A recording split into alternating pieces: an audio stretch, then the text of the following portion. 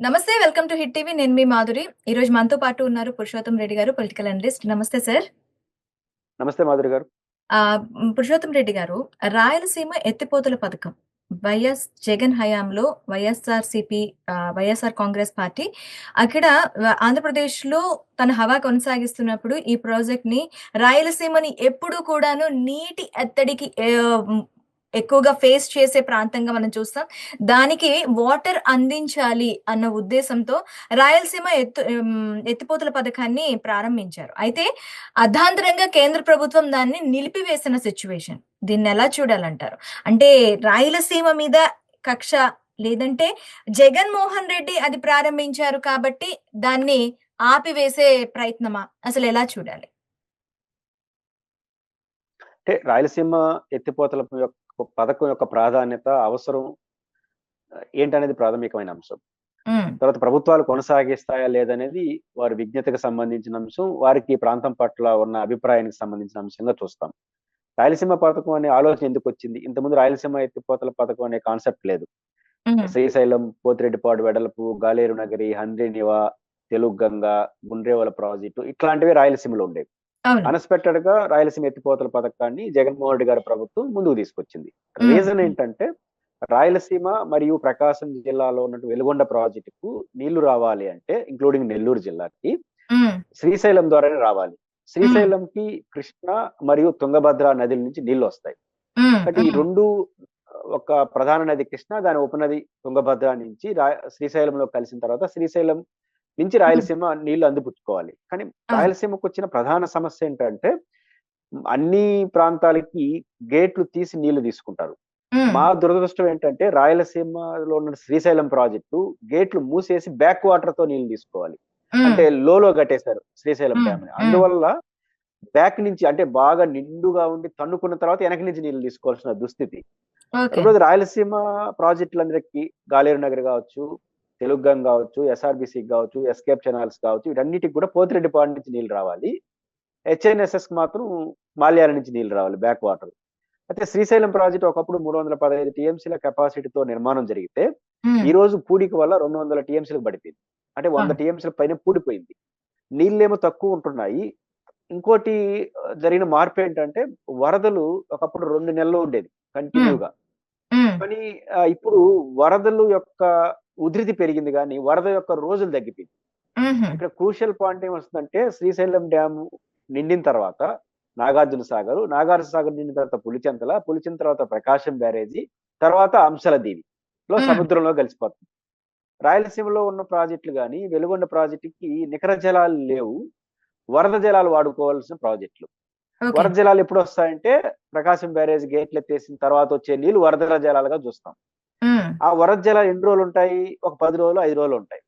అంటే వరద జలాల మీద ఆధారపడి ఈ ప్రాజెక్ట్‌కి ఎక్కువ నీళ్లు తీసుకోవాలనుకుంటే ఒకవేళ వర్షాలు శ్రీశైలం పడి ఒకవేళ వర్షాలు పడి వరద లేకపోతే ఇంకంతే సంగతులు. వరదలు అంటే నికర జలాలు లేని ప్రాజెక్టులకి ఇదే సమస్య. నికర జలాలు ఓకే. లేకపోతే ఏమవుతుంది? ప్రాబ్లమ్ వస్తుంది. అందుకని వరద జలాల మీద ఆధారపడిన ఈ ప్రాజెక్టులు హ్మ్. వరద జలాలుగా ఏర్పడిన తర్వాత వచ్చే చాలా తక్కువ టైంలో ఎక్కువ నీళ్లు తీసుకోవాలంటే హ్మ్. ముచ్చుమర్రి అనేది ఒకటి తీసుకొచ్చారు. హ్మ్. చంద్రబాబు నాయుడు గారు అధికారంలో ఉన్నప్పుడే ముచ్చుమర్రిని జాతికి అంకితం చేశారు ఓకే. హెచ్ఎన్ఎస్ఎస్‌కి. ఓకే. దాని యొక్క రోజు కెపాసిటీ 4000 క్యూసెక్కులు. బట్ 4 రోజులు కొడితే గాని 1 టీఎంసీ రాదు. హ్మ్. కాబట్టి వరద జలాలు మహా అంటే 10 రోజులు ఉంటుంది. 2 టీఎంసీలు కూడా తీసుకోలేరు. హ్మ్. ముచ్చిమర్రిని ప్రారంభించే చంద్రబాబు నాయుడు గారు ఇది రాయలసీమకు చాలా అవసరం అని చెప్పాడు. మరి ముచ్చిమర్రి కన్నా మంచి ప్రాజెక్ట్ రాయలసీమ ఎత్తిపోతల పథకం. దీన్ని కూడా ఓకే. కన్సల్టెంట్ బ్రదర్స్ ఇది 8 టీఎంసీలు రోజుకు తీసుకోవాలి. ఒక 5, 6 రోజులు వరద జలాలు వచ్చిందనుకోండి. హ్మ్. 40 టీఎంసీలు తీసుకోవచ్చు. అప్పుడు ఎవరికీ నష్టం ఉండదు. రాయలసీమ ప్రాజెక్ట్‌కి నీళ్లు తీసుకురావచ్చు. అందుకని జగన్మోహన్ రెడ్డి గారు రాయలసీమ ఎత్తిపోతల పథకాన్ని టేకప్ చేశాడు ఈ మార్పుల వల్ల. అయితే హ్మ్. దురదృష్టవశాత్తు తెలంగాణ ప్రభుత్వం అడ్డుకుంటా ఉంది. ఓకే. కేసులేస్తా ఉంది. అయితే ఇక్కడ తమాషా ఏందంటే తెలంగాణ ప్రభుత్వం లెఫ్ట్ బ్రాంచ్ అంటే శ్రీశైలం లెఫ్ట్ బ్రాంచ్ దక్షిణ తెలంగాణ ప్రాజెక్ట్‌కి వరద జలాల కోసం 800 అడుగుల నుంచే దాదాపు 780, 90 అడుగుల నుంచి నీళ్లు తీసుకునేదానికి ఎత్తిపోతల పథకాన్ని టేకప్ చేసింది. హ్మ్. ఎస్ఎల్ఎంసీ నుంచి. హ్మ్. వాళ్ళు తీసుకున్నప్పుడు లేని అభ్యంతరం హ్మ్. రాయలసీమకు తీసుకోవడానికి అభ్యంతరం ఏంటి? హ్మ్. దీన్ని రాష్ట్ర ప్రభుత్వం కేంద్రం ఏజెన్సీ దగ్గర వాదించాలి. హ్మ్. రాయలసీమలో ఉన్న ప్రాజెక్టులన్నీ కూడా వరద జలాల పైన ఉన్నాయి కాబట్టి, ఆ వరద జలాలు తీసుకుంటానికి కన్విన్స్ తీసుకురావాలి. దురదృష్టవశాత్తు ఆ కన్విన్స్ చేయకపోవడం వల్ల ఈ రోజు కేంద్ర ప్రభుత్వం అభ్యంతరం చెప్పింది, ఈ రోజు ఆగిపోయింది. ఇది రాయలసీమకు చాలా నష్టం అని మాత్రం చెప్పదలుచుకుంది. ఓకే. సో, ఇప్పుడు దీనికి కేంద్ర ప్రభుత్వం ఈ స్టెప్ తీసుకోవటం వల్ల రాయలసీమ ప్రాంతంతో పాటు ఇంకా ఏ ప్రాంతాలు నష్టపోయే అవకాశాలున్నాయి? మనం ఈ ప్రాజెక్ట్స్‌కి సంబంధించి, వాటర్ ప్రాజెక్ట్స్‌కి సంబంధించి పోలవరంకి కూడా బడ్జెట్‌లో ఎలాంటి కేటాయింపులు లేవు. ఈ ప్ర ఈ ప దగ్గర దాదాపు 504,00,00,000 సంథింగ్ ఎంతో వాటర్‌కి సంబంధించి చాలా తక్కువ మొత్తంలో అక్కడ పెట్టారు. వెలిగొండ ప్రాజెక్ట్ కూడాను ఎక్కువగా నిధులు అది 630,00,00,000కో సంథింగ్ క్లియర్ అయిపోతుంది. అది కంప్లీట్ అయిపోతుంది. అలాంటి దానికి కూడా బడ్జెట్‌లో పూర్తి కేటాయింపులు లేవు. మళ్ళీ బడ్జెట్‌కి వెయిట్ చేసే ఛాన్సెస్ ఉన్నాయి అని చెప్పి అంటున్నారు. అసలు ఎందుకు? నీటికి సంబంధించి నీటి అవసరాలు తీరిస్తే ఖచ్చితంగా రాష్ట్రం బాగుపడుతుంది. అలాంటప్పుడు వీళ్ళు ఎందుకు ఆ నీటి అవసరాలు కూడా తీర్చేయాలి అనే క్వెషన్‌ని కేంద్రం ముందు పెట్టలేకపోతున్నారు? బేసిక్ ఏంటంటే 2 అంశాలు. మొన్న పయ్యావుల కేశవ్ గారు ప్రవేశపెట్టిన ఆర్థిక బడ్జెట్‌లో హ్మ్. వారే చెప్పారు 68% ఆఫ్ ఆంధ్రప్రదేశ్ ప్రజలు వ్యవసాయ ఆధారం మీద బతుకుతున్నారు అన్నారు. అంటే ఆఫ్ కోర్స్. 70% పీపుల్. ఇప్పుడు బడ్జెట్‌లో కూడా దాని ప్రాధాన్యత వ్యవసాయం మీద ఆధారపడడం అంటే నీళ్లు ప్రధానమైంది. అవును. నీళ్లుంటేనే పంటలు పండిస్తారు. రెండో అంశం బడ్జెట్‌లో కేటాయింపుల గురించి మీరు ప్రస్తావించారు. హ్మ్. లాస్ట్ బడ్జెట్ అంటే తెలుగుదేశం పార్టీ అధికారంకి వచ్చిన తర్వాత, కూటమి వచ్చిన తర్వాత లాస్ట్ బడ్జెట్‌లో 17,000 కోట్లు కేటాయించారు. హ్మ్. ఆచరణలో ఖర్చు పెట్టింది 10,000 కోట్ల లోపే. హ్మ్. కేటాయింపులు ఎక్కువ, ఖర్చు పెట్టింది 50-60% ఖర్చు పెట్టారు. హ్మ్. ఎందుకంటే లాస్ట్ ఫైనాన్స్ ఇయర్‌లో వాళ్ళ అంచనాలకు తగ్గినట్టుగా డబ్బులు 22,000 కోట్లు తక్కువొచ్చింది. హ్మ్. ఈసారి బడ్జెట్‌లో 3,20,000 కోట్లు వస్తుందని అంచనా వేసుకొని కేటాయింపులు చేసేసినారు. హ్మ్. నా అంచనా ప్రకారం 40,000 కోట్లు డెఫిసిట్ వస్తుంది. ఆ ఓకే. డెఫిసిట్ దేని మీద పడేస్తారు? ఇట్లా వాటి మీద పడేస్తారు. కేటాయింపులు చేసినారు, ఖర్చు పెట్టరు. ఓకే. ఇదొక ఇప్పుడు కేటాయించింది తక్కువ.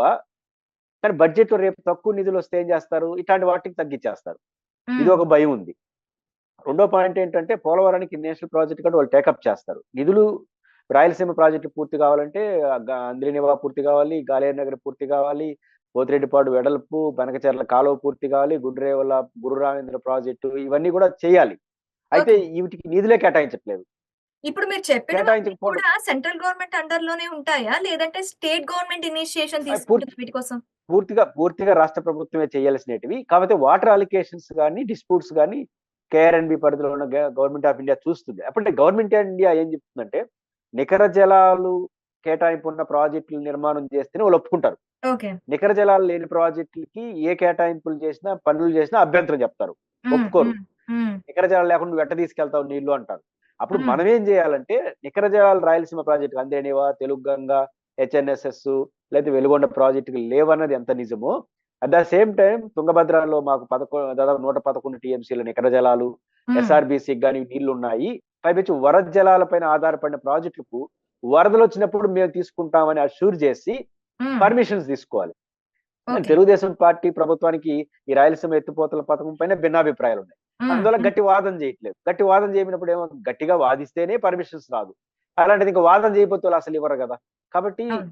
మనకున్న ప్రత్యేక పరిస్థితులు, మారిన పరిస్థితులు, శ్రీశైలం డ్యామ్ యొక్క కెపాసిటీలో వచ్చిన మార్పులు, హక్కులు అన్నింటినీ పరిగణలో తీసుకొని వాదించి గట్టిగా తీసుకుంటే వాళ్ళు పర్మిషన్ ఇస్తారు. మనం మూవ్ చేయొచ్చు. ఇప్పుడు ఓకే. మనకు పర్మిషన్ ఇవ్వకపోతే ఓకే. ఇప్పుడు దక్షిణ తెలంగాణ కోసం 790 అడుగుల నుంచి నీళ్లు తీసుకునే ఏర్పాటు వాళ్ళు ఎట్లా చేస్తారు? హ్మ్. వాళ్ళకి పర్మిషన్ ఇప్పుడు మనకు అదే సిద్ధాంతం వర్తిస్తుంది కదా! కాబట్టి దీన్ని వాదించుకొని గట్టిగా వాదిస్తే మన పని మనం చేసుకోవడానికి అవకాశం ఉంటుంది. అట్లా వాదించి చేస్తేనే రాయలసీమకు న్యాయం జరిగే అవకాశం ఉంది. సో, ఇప్పుడు ఈ రాయలసీమ ఎత్తిపోతల పథకం కోసం ఎలా జనాల్లో కానీ అపోజిషన్ పార్టీలో కానీ ఎలాంటి కార్యాచరణతో ముందుకెళ్ళాలి? వాళ్ళ కోరికల్ని ఎలా ముందు పెట్టాలంటారు? అంటే మాధురి గారు ఇక్కడ ప్రాబ్లమ్ ఏంటంటే నీటి ప్రాజెక్టులు జనానికి తొందరగా అర్థం కాదు. హ్మ్. నీటి ప్రాజెక్టులు అర్థం కాదు కాబట్టి ఇప్పుడు ఉదాహరణకు మీకు ఒక ఉదాహరణ చెప్తాను. నేను చిత్తూరు జిల్లా మదనపల్లి. హ్మ్. హ్మ్. కృష్ణా నీళ్లు ఒకప్పుడు హైంద్రీనీవా ఎత్తిపోతల పథకం పూర్తి చేసి చంద్రబాబు గారు దానికి కొంత నీళ్లు వదిలాడు మదనపల్లి వైపు. హ్మ్. అప్పుడు మీలాంటి జర్నలిస్టులు పేపర్లన్నీ ఏం రాశాయంటే, మనం కృష్ణా నదిని చూడాలి అంటే విజయవాడ దగ్గర చూసే రోజులు ఇన్ని రోజులు. ఇప్పుడు మదనపల్లికి నీళ్లొస్తాయి కృష్ణా నీళ్లు అని రాశారు. ఓకే. అందరూ మీలాంటి అంటే ఎక్స్‌వై పత్రికలన్నీ పత్రికలను. జర్నలిస్టులుగా. జర్నలిస్ట్‌గా ఉన్నోళ్ళకి అవగాహన ఎక్కువ ఉంటుంది గదా! వాళ్ళు హ్మ్. రాశారు. తమాషా ఏందంటే అదే జర్నలిస్ట్‌కి అవగాహన లేనిదేందంటే, విజయవాడకి ఎందుకు పోయేది, విజయవాడకి నీళ్లు పోవాలన్నా మా శ్రీశైలం నుంచి పోవాలి, కర్నూలు దగ్గర ఉండే శ్రీశైలం దగ్గర. అవును అవును మా రాయలసీమలో కర్నూలులో శ్రీశైలం నిండితేనే, గేట్లు ఎత్తితేనే విజయవాడకు పోతాయి నీళ్లు. ఉమ్, ఎంట్రీ పాయింట్ లో ఉన్న రాయలసీమలో నీళ్లు ఉన్నాయన్న స్పృహ కూడా మనలాంటి వాళ్ళకి తెలియదు. ఇంకా అవును. మనకే తెలియనప్పుడు ఇంకా జనానికి ఏం అర్థం అవుతుంది. కాబట్టి నీటి ప్రాజెక్టుల పట్ల అవగాహన పరిమితులు ఉంటాయి కాబట్టి అంత త్వరగా అర్థం కావు. ఉమ్, అందువల్ల ప్రభుత్వాలు అంత త్వరగా స్పందించు, కొంత ఇంటలెక్చువల్స్ గా ఉండే వాళ్ళు అవగాహన చెప్తా ఉంటే ఈ రోజు కాకపోతే రేపు ఉంటే, అందువల్ల ఈ ప్రాజెక్టులు ఆగిపోయినా కూడా వెంటనే ఉవ్వెత్తున యాక్టివిటీ. ఇప్పుడు నగదు బదిలీ ఆపేసారు అనుకోండి, వెంటనే ధర్నా చేస్తారు. రైతు భరోసా వెంటనే తెలుసు ఆ విషయం. ఉమ్. కానీ నీటి ప్రాజెక్టుల విషయంలో స్వల్పంగా తేడా వస్తుంది. మెల్లమెల్లగా ఆ సమస్య పరిష్కారం అవడానికి కొంత టైం తీసుకుంటుంది. Okay sir, thank you very much. Hit TV app, ఇందులో short news, live news, entertainment shows, movies, digital magazines తో పాటు మీ జిల్లా వార్తలను కూడా ఫ్రీగా చూడొచ్చు. అంతేకాదు కేజీ నుంచి పీజీ వరకు విద్యార్థులకు స్కాలర్షిప్ కూడా అందిస్తున్నాం. ప్రతి వారం 10 మందికి లక్కీ డ్రా ద్వారా ఒక్కొక్కరికి 10,000 రూపాయలు అందిస్తున్నాం. ఇంకెందుకు ఆలస్యం, వెంటనే హిట్ టీవీ యాప్ ని డౌన్లోడ్ చేసుకుని ఫ్రీగా ఎంటర్టైన్మెంట్ పొందండి. Hit TV app. Hit TV app. Please download Hit TV app. Hit TV యాప్ని ఫ్రీగా డౌన్లోడ్ చేసుకొని ఎంజాయ్ చేయండి. మీకు నచ్చిన ఎంటర్టైన్మెంట్ కోసం హిట్ టీవీ యాప్ ని ఫ్రీగా డౌన్లోడ్ చేసుకుని ఎంజాయ్ చేయండి. హిట్ టీవీ యాప్ని డౌన్లోడ్ చేసుకుని ఆస్వాదించండి, ఆశీర్వదించండి. ఇంతమంది సెలబ్రిటీలు హిట్ టీవీ యాప్ ని డౌన్లోడ్ చేసుకోండి అని చెప్తున్నారంటే ఎంత మంచి యాప్ ఆలోచించండి. అమెరికా అమెరికా అమెరికా అమెరికాలో చదవాలనుకునే వాళ్ళకి విశ్వసనీయమైన పేరు మన శౌర్య consultancy. UK Law 1 Year Masters. UK Law 1 Year Masters. 2 years work permit up to 5 years visa. Contact Saurya Consultancy. Contact 89851 89851.